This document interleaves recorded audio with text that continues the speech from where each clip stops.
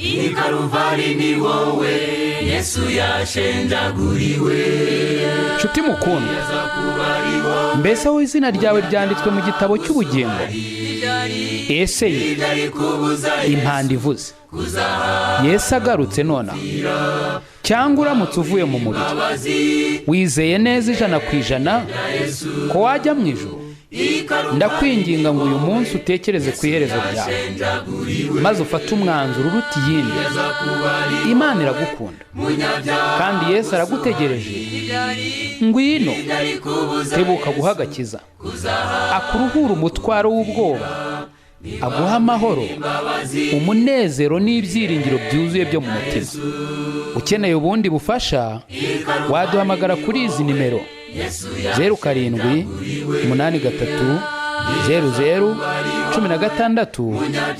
0783001646. Imana iguha umugisha. Kubuza Yesu kuza hano kugupfira, niwaburira imbabazi ku birenge bya Yesu, niwaburira imbabazi ku birenge bya Yesu. Reka nongere mbaramutse cyane kandi mbifurize ikaze muri uyu mwanya mwiza, umwanya tugiye kuganira ku ijambo ry'Imana. Muri iyi minsi ndifuza ko twareba ku nkuru nziza iruta izindi yigeze kubaho kuri iyi si ya rurema, kandi ni nayo nkuru nziza izaheruka izindi. Ni inkuru nziza y'agakiza. Uyu munsi ndagira ngo turebere hamwe insanganyamatsiko igira iti agakiza ni kubw'ubuntu. Agakiza ni kubw'ubuntu bw'Imana. Ndagira ngo turambure Bibiliya zacu turebe mu Befeso igice cyaho cya 2. Turasoma duhereye ku murongo waho wa mbere tugeze ku murongo waho wa 10. Abefeso igice cyaho cya 2 umurongo waho wa mbere kugeza ku wa 10. Mbere yuko dusoma ayo magambo, ndagira ngo tubanze dusenga Imana. Mana nziza, Mana y'ubuntu, Mana y'urukundo rwinshi cyane, turagushimye. Tugushimiye neza yawe, tugushimiye kugira neza kwawe, tugushimiye imbabazi zawe zitarondoreka. Kuba uyu munsi duhumeka n'ubuntu bwawe, kandi kuba uyu munsi dushobora kurambura Bibiliya tugasoma ijambo ryawe n'ubuntu bwawe n'urukundo rwawe rutarondoreka. Kano kanya rero turagushimye cyane Mana. Tugushimira by'umwihariko imigisha yose muri Kristo Yesu ukomeje kuduha, ariko by'umwihariko kuba twemereye uyu mwanya mwiza kugira ngo twongere turambure Bibiliya, twongere turebe mu ijambo ryawe, turebe icyo utubwira. Urakoze rero, ngaho umugisha uyu mwanya, haba twebwe abari hano muri studio za Calvary Radio, uduha umugisha kandi udukoreshe he kuba ku bwacu, ahubwo tube ibikoresho we ukora umurimo wawe nk'uko ubishaka. Abateze amatwi radio ubaha umugisha, ubagirire neza, twese twunguke, twese duhinduke bashya, twese turusheho gusa na Kristo, tubitewe no guhindurwa n'ijambo ryawe. Urakoze ko wumva gusenga kwacu kandi kugiye gukorera byose kwesha icyubahiro, tubyambaje twizeye mu izina rya Yesu Kristo umwami wacu. Amen. Amen. Abefeso igice cya 2 uhereye ku murongo waho wa mbere ukageza ku murongo waho wa 8. Agakiza ni kubw'ubuntu bw'Imana. Namwe yarabazuye mwebwe abari bapfuye muzize ibicumuro n'ibyaha byanyu, ibyo mwagenderagamo kera mukurikiza imigenzo y'isi, mugakurikiza umwami utegeka ikirere, ari we mwuka ukorera mu batumvira. Kandi natwe twahoze muri bo, dukurikiza ibyo kamere yacu yifuza, tugakora ibyo kamere n'imitima byacu byishakira, kandi ku bwa kavukire yacu twarabo kugirirwa umujinya nk'abandi bose. Ariko Imana kuko ari umutunzi w'imbabazi, yaduhinduranye bazima na Kristo kubw'urukundo rwinshi yadukunze, ubwo twari dupfuye tuzize ibicumuro byacu, ubuntu nibwo bwabakijije, nuko ituzurana nawe, itwicaranya nawe mu ijuru mu buryo bw'umwuka, turi muri Kristo Yesu, kugira ngo mu bihe bizaza izerekane ubutunzi bw'ubuntu bwayo buhebuje byose, itugirira neza muri Kristo Yesu. Mwakijijwe n'ubuntu kubwo kwizera, ntibyavuye kuri mwe, ahubwo ni impano y'Imana. Ntibyavuye no ku mirimo, kugira ngo hatagira umuntu wirarira, kuko turi abo yaremye, ituremeye imirimo myiza muri Kristo Yesu, iyi Imana yiteguriye kera kugira ngo tuyigenderemo. Nimwakire ijambo ry'Imana. Urebye hano ku murongo wa 5, Bibiliya yatubwiye ngo kubw'urukundo rwinshi yadukunze, ubwo twari dupfuye tuzize ibicumuro byacu, ubuntu nibwo bwabakijije, cyangwa se ubuntu nibwo bwadukijije. Ku murongo waho wa 7 aravuga kugira ngo Imana, kugira ngo mu bihe bizaza izerekane ubutunzi bw'ubuntu bwayo buhebuje byose. Ku murongo wa 8 Bibiliya yambwira ngo mwakijijwe n'ubuntu kubwo kwizera, ntibyavuye kuri mwe, ahubwo ni impano y'Imana. Agakiza ni kubw'ubuntu bw'Imana. Inshuro nyinshi iyo tuvuze agakiza, by'umwihariko iri jambo Bibiliya ikoresha ryitwa agakiza, ni ijambo rituruka ku nshinga gukiza. Gukiza rero, hari umuntu ukorerwaho igikorwa, uwo yitwa ukizwa. Ariko kandi hari n'ukora icyo gikorwa, kuko ntabwo cyikora, uwo yitwa umukiza. Ukizwa rero ni nka Sadoki w'umunyabyaha, cyangwa se wowe niba umeze nkanjye ukaba uri umunyabyaha, nawe ubwo uri umukandida wo kuba ukizwa. Ariko kandi hariho umukiza umwe, uwo mukiza ni Yesu Kristo, niwe mukiza w'abari mu isi bose. Bibiliya yambwira ngo kuko Imana yakunze abari mu isi cyane, byatumye itanga umwana wayo w'ikinege, kugira ngo umwizera wese, uwo ari we wese, atarimbuka, ahubwo ahabwe ubugingo buhoraho. Rero iyo nshinga gukiza n'iryo jambo agakiza ni amagambo akomeye cyane, ariko kandi ni amagambo twari dukwiriye gusobanukirwa. Agakiza ni impano y'Imana, agakiza ni kubw'ubuntu, kandi agakiza ni agatanzwe n'umukiza nyawe koko. Kandi umukiza nyawe nk'uko tubibwirwa na Bibiliya ni Yesu Kristo. Yesu Kristo niwe mukiza w'abari mu isi. Ndagira ngo nguhe ishusho y'iki gikorwa.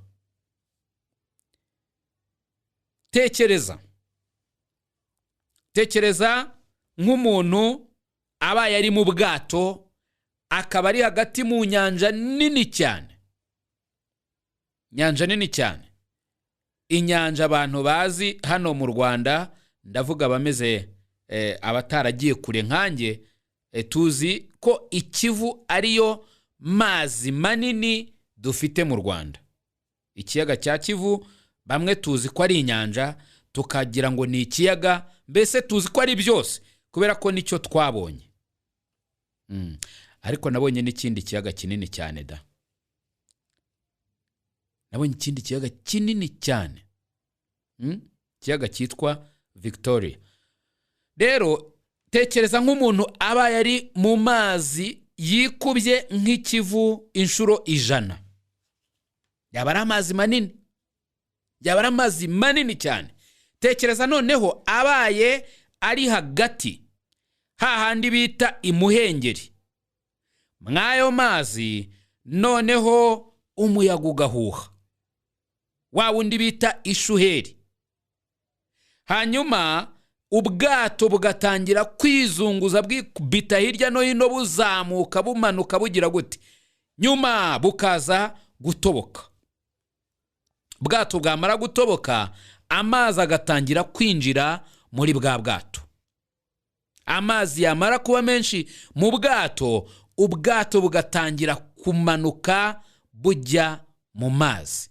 Noneho wa muntu uri muri bwa bwato hari ikintu ahita abona.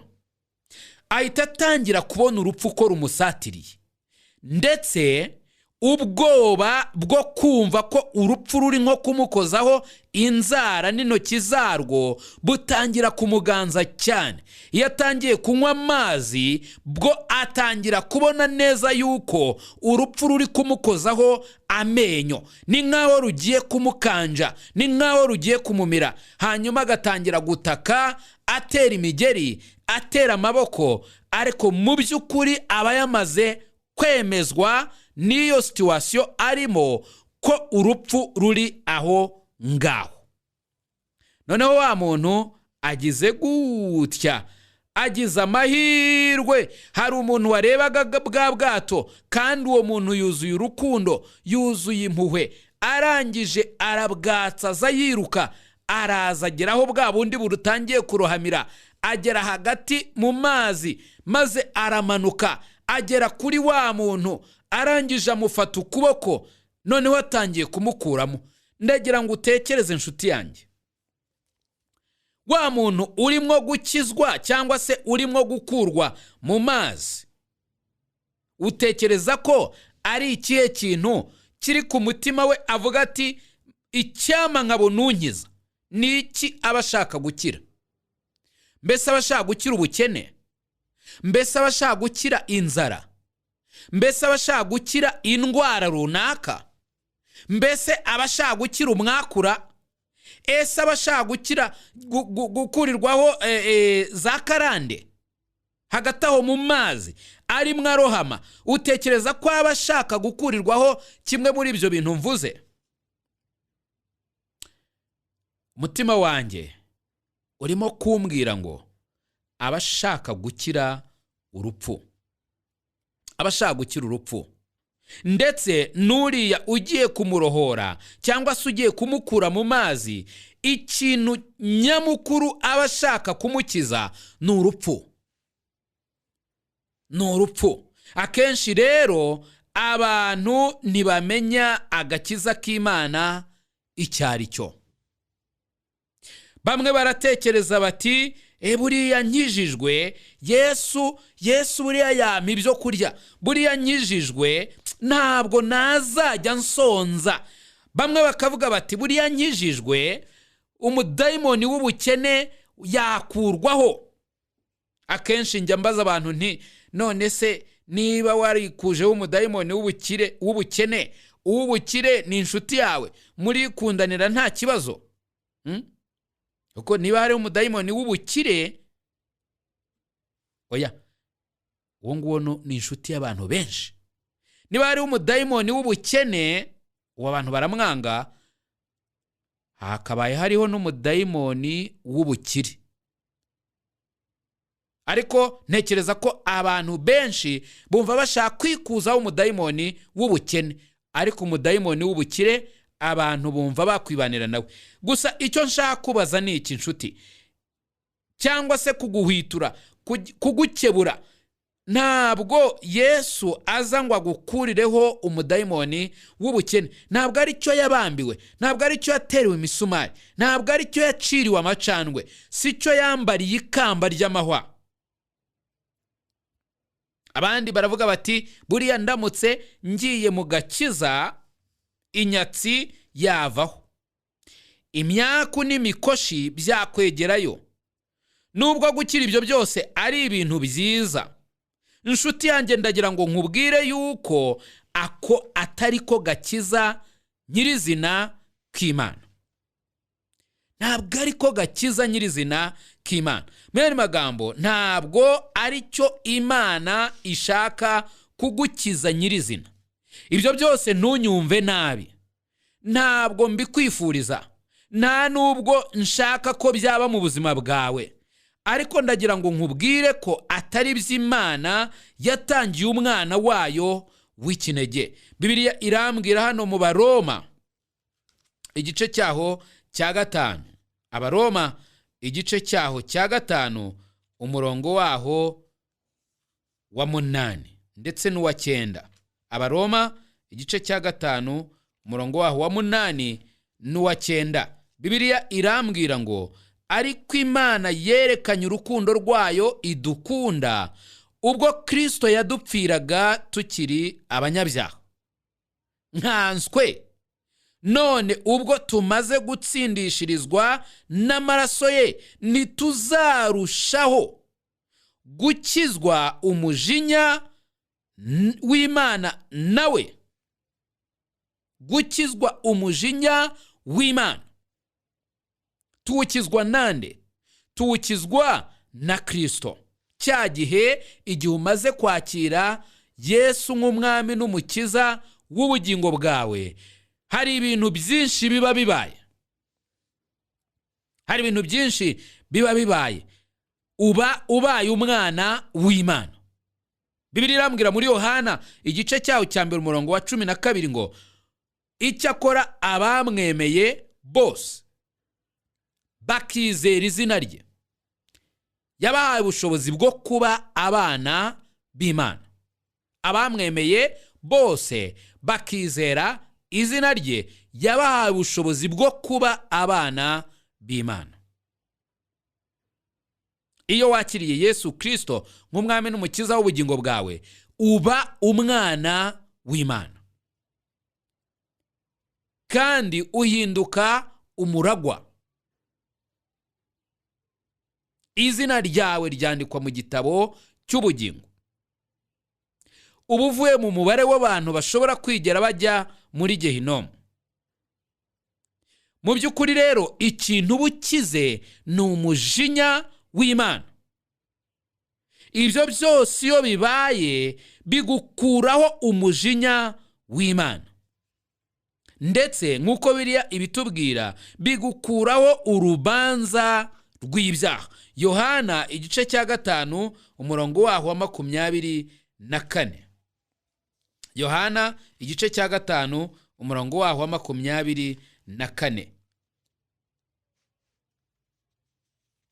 Bibiliya irambwira ngo nukuri ndababwira yuko uwumva ijambo ryanjye akizera uwantumye aba afite ubugingo buhoraho, kandi ntazacirwaho iteka,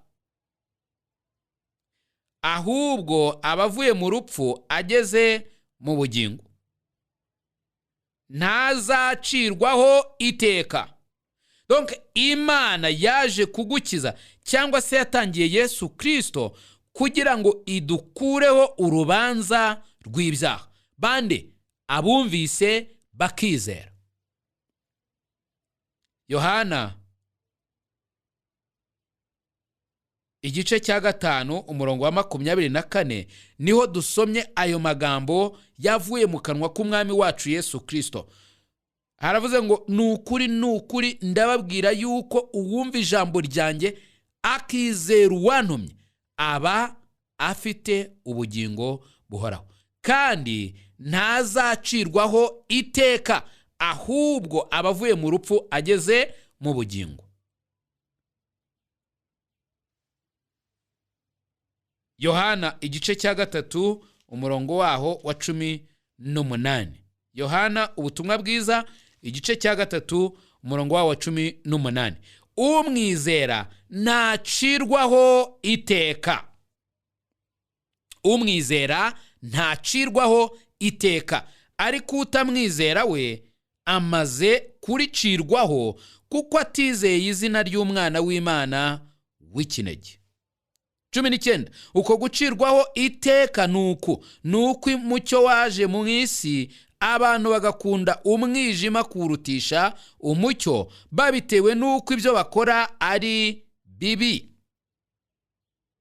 Donc ikintu dukizwa, ikintu abakizwa bakizwa ni urubanza rw'ibyaha, ni umujinya w'Imana.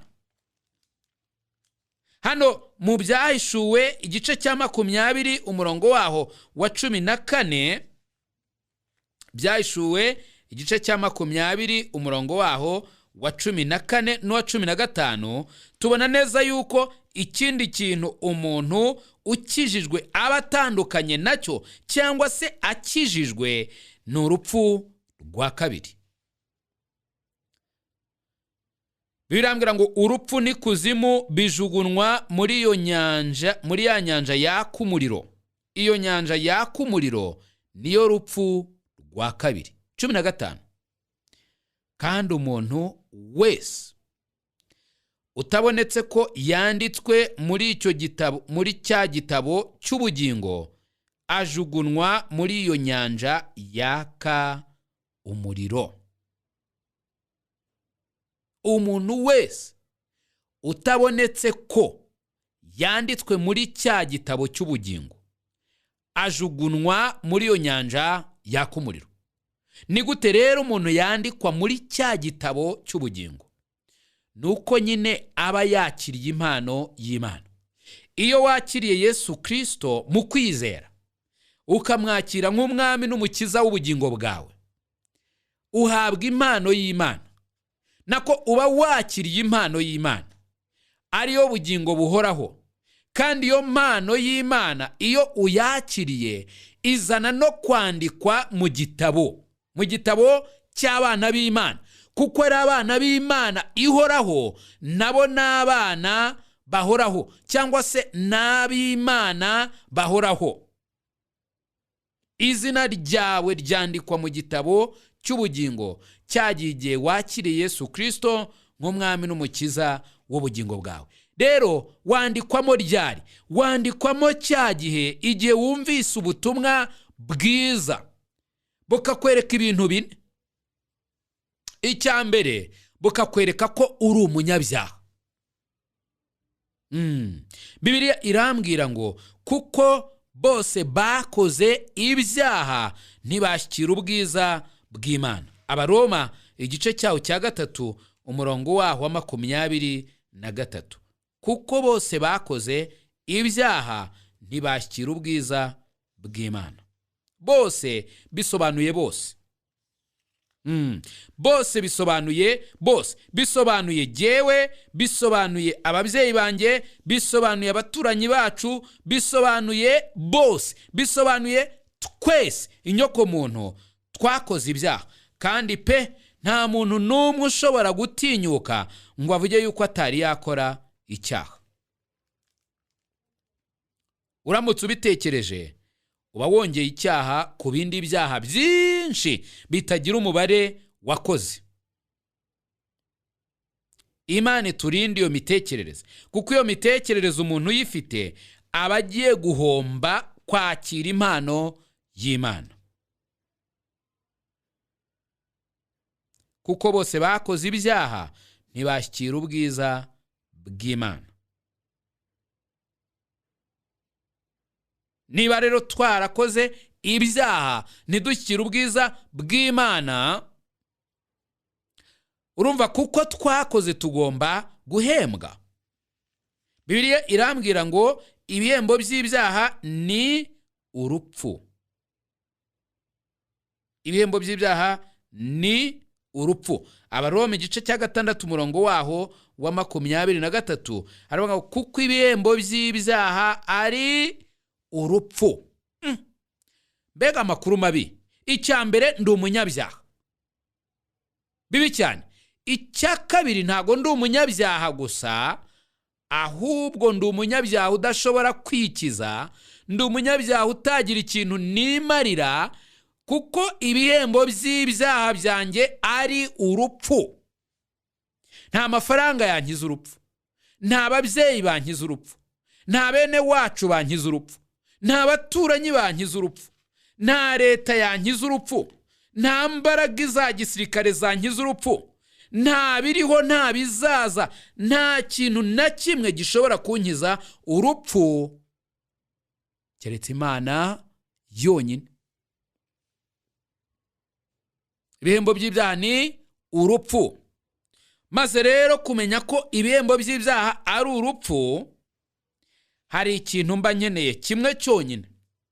Nk'uko nababwiye nti umuntu abaye ari mu mazi hagati imuhengeri, yarangiza agahura n'impanuka agatangira kurohama, aba akeneye umuntu ufite ububasha bwo kumukiza urupfu.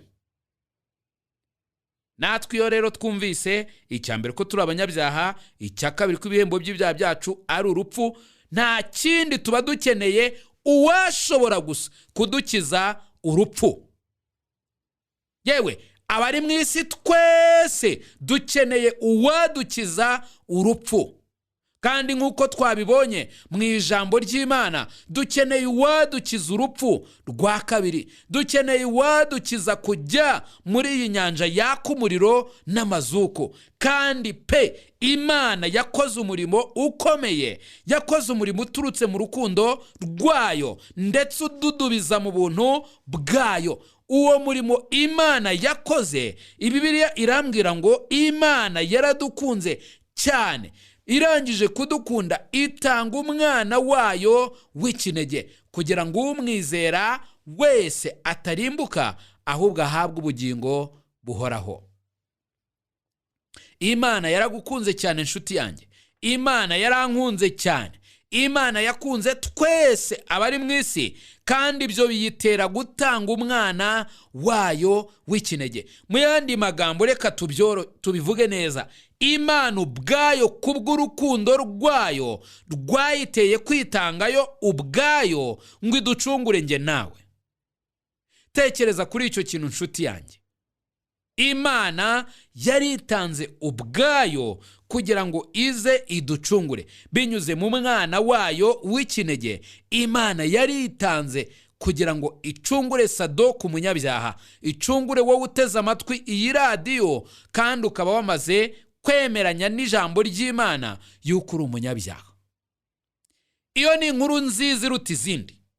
Iyo ni inkuru nziza umuntu yakwigera yumva. Kuba Imana yarankunze igatanga umwana wayo w'ikinege kugira ngo jyewe wari umunyabyaha, jyewe wari ukwiriye gupfa, jyewe wari utsinzwe n'urubanza, kubwo kwizera icyo ngicyo Imana ikoze mu gutanga umwana wayo w'ikinege, jyewe Sadock umunyabyaha ne kuba nyirimbutse, ahubwo urwo rupfu rwa Yesu Kristo Imana bari rwo ifata ruhinduka inyishyu y'ibyaha byanjye. Yesaya igice cya 53. Yesaya igice cya 53. Hari ijambo nkunda cyane. Imana yakoze umurimo ukomeye wo kuducungura, kandi ntabwo yakoze umurimo ukomeye gusa, ahubwo Imana yanyuzwe n'umurimo yakoze ubwayo. Yesaya 53 umurongo, ariko reka nsome nihuse mereye ku murongo wa mbere ngeze ku murongo waho wa 10. Birambwira ngo ninde wizeye ibyo twumvise, kandi ukuboko k'Uwiteka kwahishuriwe nde? Kuko yakuriye imbere ye nk'ikigejigeji, nk'igishyitsi cyumburira mu butaka bwumye. Ntiyari afite ishusho nziza cyangwa igikundiro, kandi ubwo twamubonaga ntiyari afite ubwiza bwatuma tumwifuza. Uyu ni Yesu uri kuvugwaho nshuti yanjye.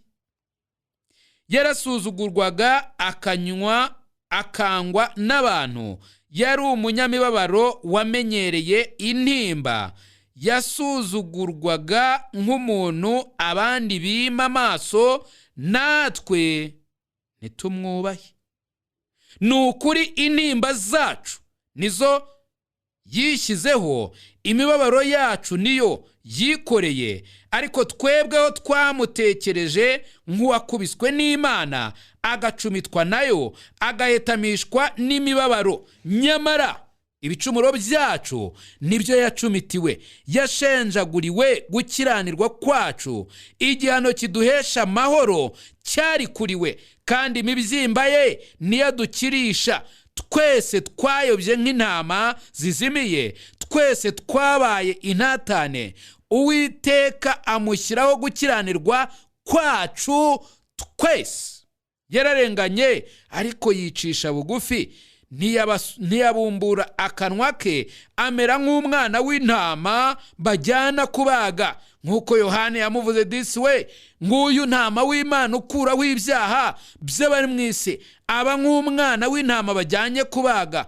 Cyangwa nk'uko intama icecekera imbere y'abayikemura, niko atabumbuye akanwa ke. Guhemurwa no gucirwaho iteka nibyo byamukujeho. Mu b'igihe cye ninde witayeho ko yakuwe mu isi y'abazima, akaba yarakubitiwe ibicumuro by'ubwoko bwe?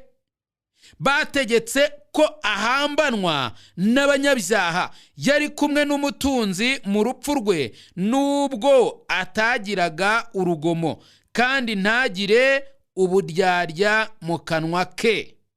10. Waca akarongo nshuti yanjye, reba ikintu cyanejeje Imana ikiranuka. Reba ikintu cyanyuze Uwiteka. Uwiteka ukiranuka, uca imanza zitabera, utarimwo icyaha namba. Ngo ariko Uwiteka yashimye kumushenjagura, yaramubabaje. Ubwo ubugingo bwe buzitambaho igitambo cyo gukuraho ibyaha, azabona urubyaro, azarama. Ibyo Uwiteka ashaka bizasohozwa neza n'ukuboko kwe. Reba no magambo nshuti yanjye. Uwiteka yashimye kumushenjagura, yaramubabaje. Uwiteka yashimye gushenjagura Yesu, atari uko Yesu yari yakoze icyaha, atari uko Yesu yari yacumuye, ahubwo yamushenjaguye ku bwanjye. Yesu yacumitiwe icumu mu rubavu ibyaha byanjye, yambitswe ikamba ry'amahwa. Amahwa atobora uruhanga rwe, atobora umutwe we, amaraso aradudubiza kubera ibyaha byanjye. Mu yandi magambo, ibyaha byanjye nibyo byasunitse amahwa yinjira mu mutwe wa Kristo, yinjira mu ruhanga rwa Kristo. Ibyaha byanjye nibyo byakubise Yesu, ntabwo ari inguma nsa. N'ibyaha byanjye byamwishe, n'ibyaha byanjye byamubambye. Data ushimwe kubw'urukundo rwawe, kuko ntabwo ari za nguma nsa, ntabwo byabereye ubusa, ahubwo n'ibyaha byanjye byamanitse Yesu ku musaraba, bimushimangiza imisumari mu maguru no mu birenge. N'ibyaha byanjye byatumye yikorera uriya musaraba uremereye. N'ibyaha byanjye nibyo yabambiwe, n'ibyaha byanjye byamubambye, ntabwo ari ikindi.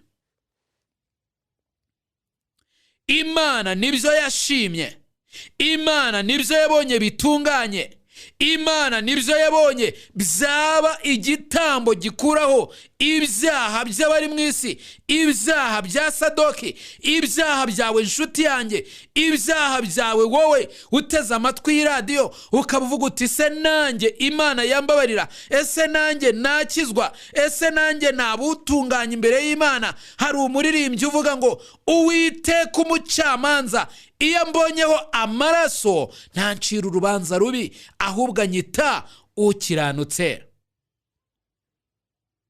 Ntabwo nari nkwiriye kwitwa ukiranutse habe na gatoya, ariko Uwiteka iyo ambonye akambonaho amaraso ya Kristo yayandi nakiriye kubwo kwizera, cyagiye numvaga ibi ngibi ndi kubabwira, yuko ndi umunyabyaha, yuko ibihembo by'ibyaha byanjye ari urupfu, kandi nkumva imbabazi z'Imana n'ubuntu bwayo byayiteye gutanga Yesu Kristo nk'igitambo kizima, gitambwa rimwe rizima kandi kigakuraho ibyaha by'abari mu isi.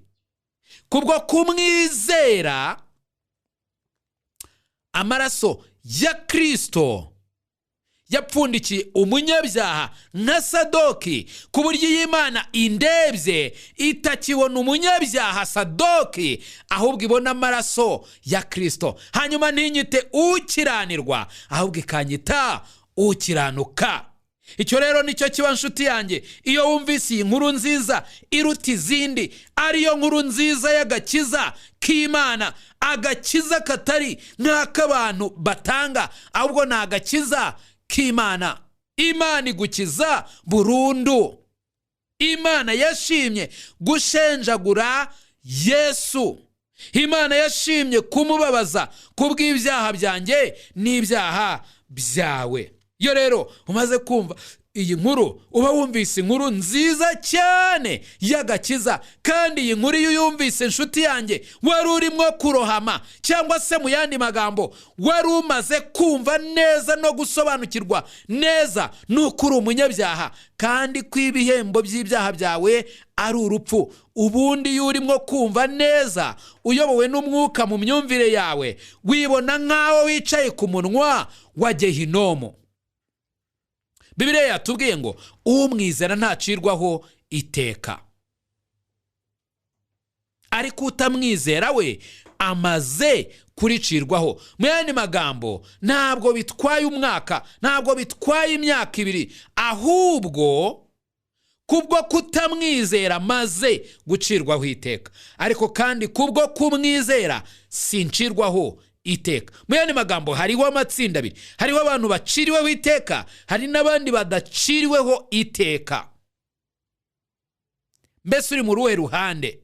Abamaze kumva iyi nkuru bakamenya neza yuko Imana ikiza burundu, ukaba uraho utari umuntu uciriweho iteka, utariho urubanza, abo ngabo bakizera, aba bamaze kuba abana b'Imana. Kandi nk'uko twabibonye, Bibiliya iravuga muri Yohana 5 umurongo waho wa 24 ngo bafite ubugingo buhoraho kandi ntibazacirwaho iteka, ndetse Bibiliya igashimangira ivuga ngo ahubwo baba bavuye mu rupfu binjiye mu bugingo.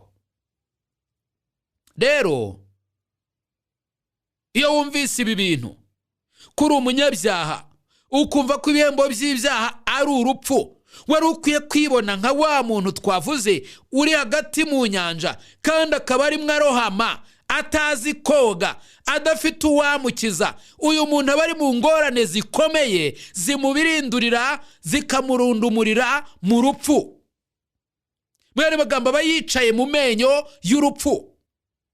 Natwe niko twari dukwiriye kwibona. Hanyuma twamara kwibona dutyo, hari inkuru nziza twumvira aho ngaho mwako kanwa k'urupfu. Imana yakunze abari mu isi cyane, itanga umwana wayo w'ikinege, kugira ngo umwizera wese atarundumukira ikuzimu, atarohama muri iyo nyanja yaka umuriro n'amazuku, ahubwo ahabwa ubugingo buhoraho. Hagati muri iyo nyanja yaka umuriro n'amazuku, iyo nkuru iyo umuntu ayumvise maze akareba Yesu wabambwe, agapfa, agahambwa, hanyuma y'iminsi 3 n'amajoro 3 akazuka, ngo ahabwa ubugingo buhoraho, ntarimbuka, ahubwo ahabwa ubugingo buhoraho.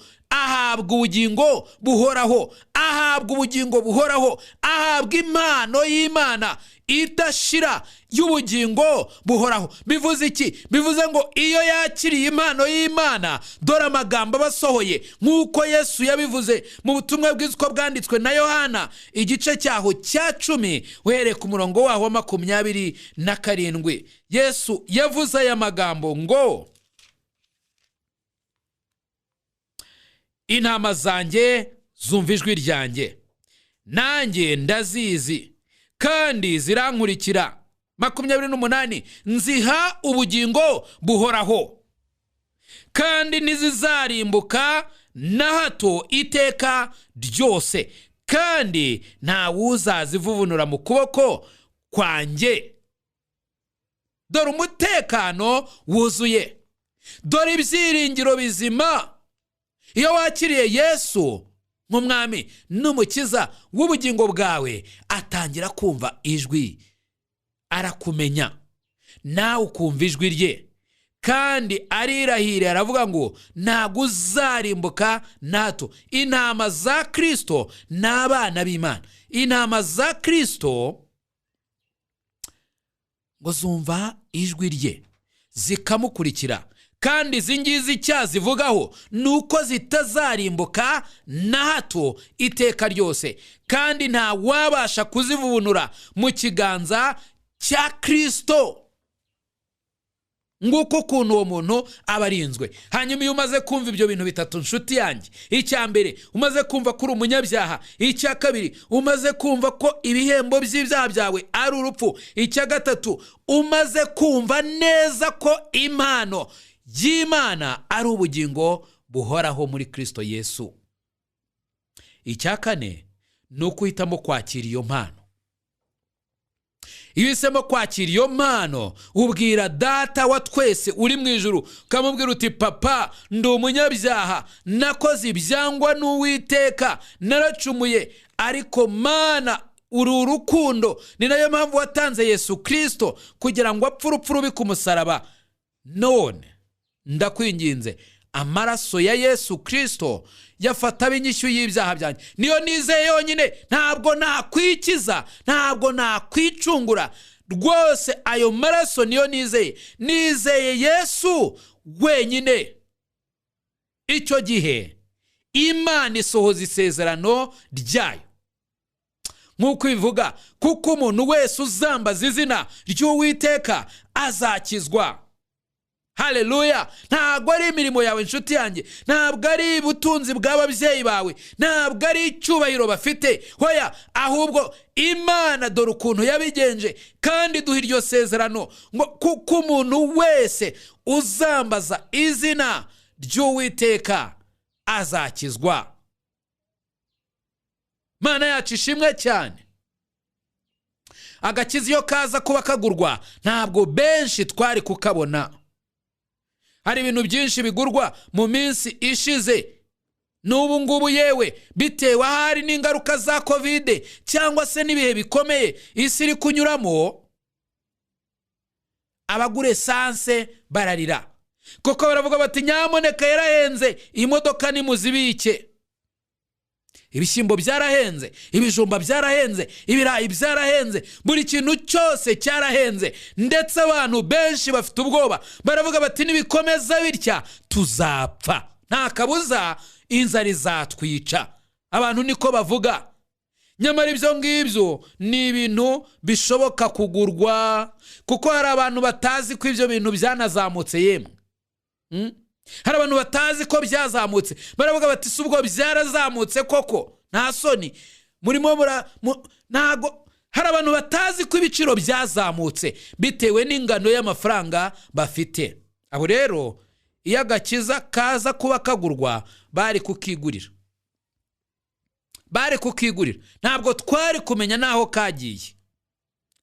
Ariko ntabwo kagurwa, kuko agakiza karahenze cyane ku buryo kabaye impano y'Imana gusa. Imana yiza kukagurisha, ntitwari kubona icyo tukagura, ariko kandi niyo ari kukagurisha, kuko Imana ni urukundo.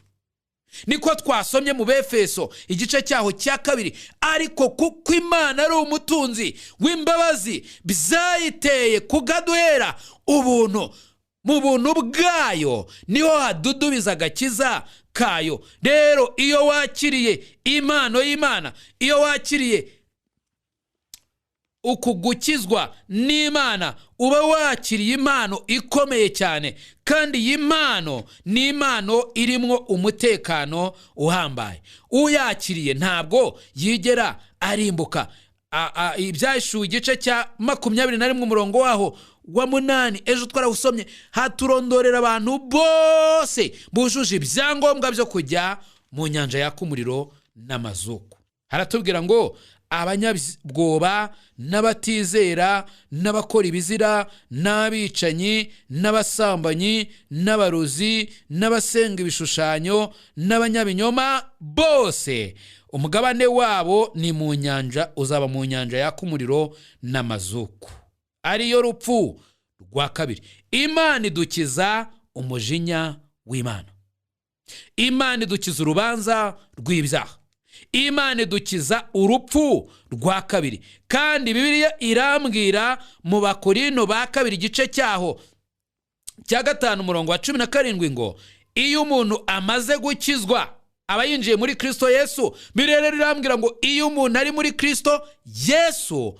aba ari icyaremwe gishya, ibya kera biba bishize, byose biba bihindutse bishya. Ndakubwiye wa mukristo we, witinya imikoshi, witinya abadayimoni, witinya imyuka mibi, witinya gucuruza ugahomba, witinya ikintu icyo ari cyo cyose. Umva, iyo umuntu ari muri Kristo Yesu aba ari icyaremwe gishya. Ibyo byose abantu batinya biba bishize. Umuntu aba ari icyaremwe gishya, aba ari umwana w'Imana, aba ari umuragwa w'ijuru, aba ari uwera imbere y'Imana, aba ari umukiranutsi nk'uko ijambo ry'Imana ribitubwira mu Bakorinto ba 2 igice cyaho cya 5 umurongo waho wa 21. Bibiliya irambwira ngo nuko utigeze kumenya icyaha Imana yamuhinduye kuba icyaha ku bwacu, kugira ngo muri we duhinduke gukiranuka kw'Imana. Umuntu iyo ari muri Kristo Yesu aba ari umwana w'Imana, aba ari umuragwa w'ijuru, aba ari uwera ku Mana, aba ari umukiranutsi w'Imana, aba ari urusengero rw'umwuka wera, aba ari icyaremwe gishya.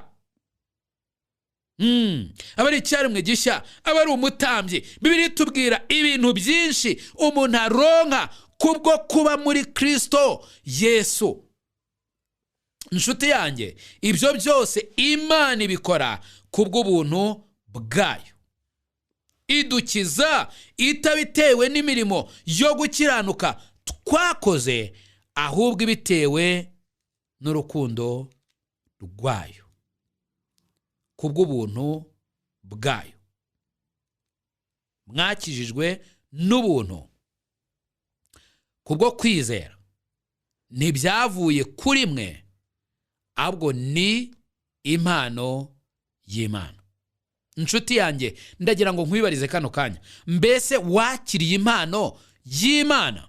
Calvary ni wowe Yesu yashenjaguriwe, niyaza kuba ari wowe munyabyaha gusa uhari, ntibyari kubuza Yesu kuza hano kugupfira. Ntiwaburira imbabazi ku birenge bya Yesu. I Calvary ni wowe Yesu yashenjaguriwe, niyaza kuba ari wowe munyabyaha gusa uhari, ntibyari kubuza Yesu kuza hano kugupfira. Ntiwaburira imbabazi ku birenge bya Yesu. I Calvary ni wowe Yesu yashenjaguriwe, niyaza kuba ari wowe munyabyaha gusa uhari, ntibyari kubuza Yesu. Icyampa izina ryawe uyu munsi wa none rikandikwa mu gitabo cy'ubugingo. Niba ufite ikibazo icyo ari cyo cyose, ushobora kuduhamagara kuri 0783 00 16 46. cyangwa ushobora no kutwandikira unyuze ku rukuta rwacu rwa Facebook cyangwa se uciye kuri YouTube. Ahariho hose watanga komenti zawe ndetse ukabasha no kubona ibiganiro byacu byose. Imana iguhe umugisha. I Calvary ni wowe Yesu yashenjaguriwe. Nshuti mukundwa, mbese aho izina ryawe ryanditswe mu gitabo cy'ubugingo? Ese impanda ivuze Yesu agarutse nona, cyangwa uramutse uvuye mu mubiri wizeye neza 100% ko wajya mu ijuru? Ndakwinginga ngo uyu munsi utekereze ku iherezo ryawe maze ufate umwanzuro uruta iyindi. Imana iragukunda kandi Yesu aragutegereje. Ngwino, tebuka guha Agakiza, akuruhura umutwaro w'ubwoba, aguha amahoro, umunezero n'ibyiringiro byuzuye byo mu mutima. Ukeneye ubundi bufasha waduhamagara kuri izi nimero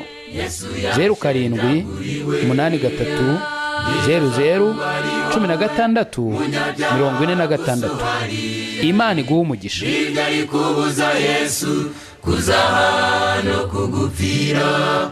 Ntiwaburira imbabazi ku birenge bya Yesu. Ntiwaburira imbabazi ku birenge bya Yesu.